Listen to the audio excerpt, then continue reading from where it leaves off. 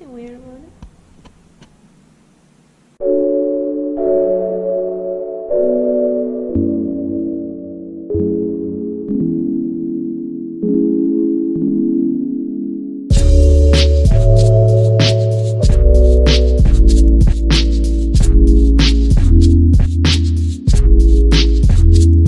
Man, it's a beautiful day again. Look at this. And it's supposed to be the wet season? I don't know what's going on here. Heading into the studio right now. Same old, same old.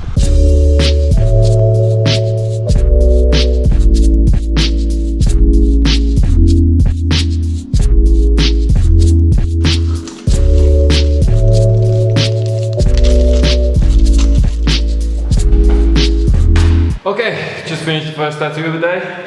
Actually, it's the only tattoo of the day. And now I just have to do some drawing on the iPad.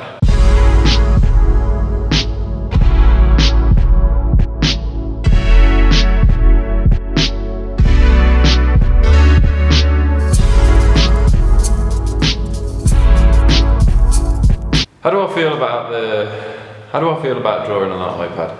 There's two things the iPad is good for. One, it's for tattooing, and two, it's for like large scale digital work.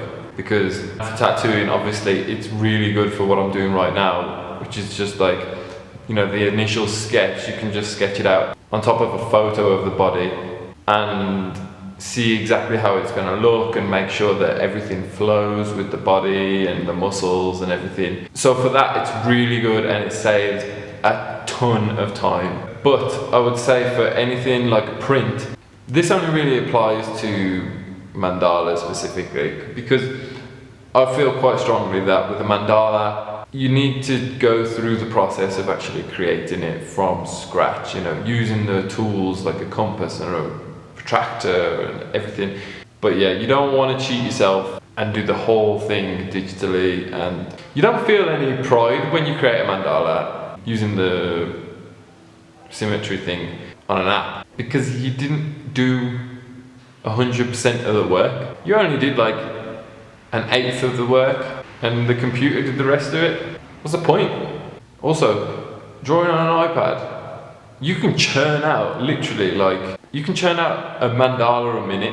You look at those Buddhist monks that do the sand mandalas, and they spend hours creating this beautiful, intricate piece as a ritual, to only go and then destroy it to show like the transitory nature of life. Do you think it would have the same meaning if they did the exact same mandala on a huge scale but on an iPad, and then when they were finished, like after 2 minutes of drawing, tossed it into the river? I don't mean to come off as a hypocrite as I'm saying this while I'm drawing on the iPad. Unless you tattoo, you don't realise how much prep actually goes into drawing it on paper, you know.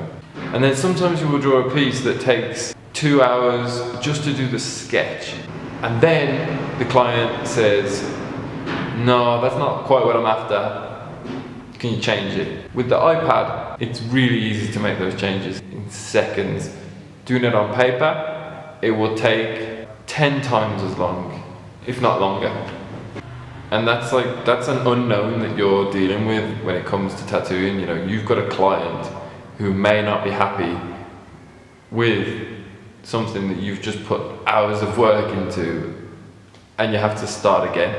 So the iPad is kind of like a necessary evil for tattooing, just because it saves you so much time.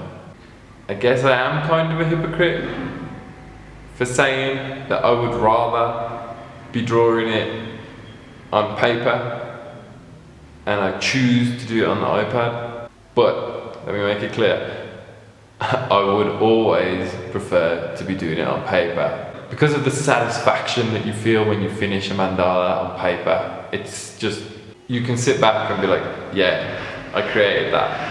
You kind of get the same satisfaction from finishing the tattoo. So the actual process of designing the tattoo on the iPad, the whole time I'm drawing it, I'm imagining how it's going to look as a tattoo, and I'm like, oh yeah, this is going to be sick once it's tattooed. There's not really that much satisfaction that comes from actually drawing it on the iPad, but you do get like an immense amount of satisfaction once it's tattooed on somebody. Drawing it on the iPad, you're not going to get satisfaction unless at some point you recreate that mandala by hand. That's about it. That's how I feel on it.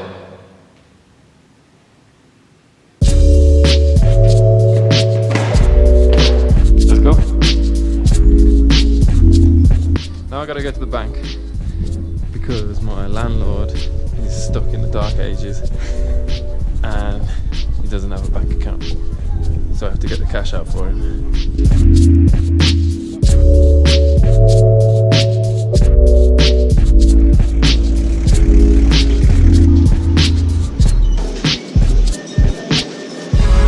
Now, slacks. Yes.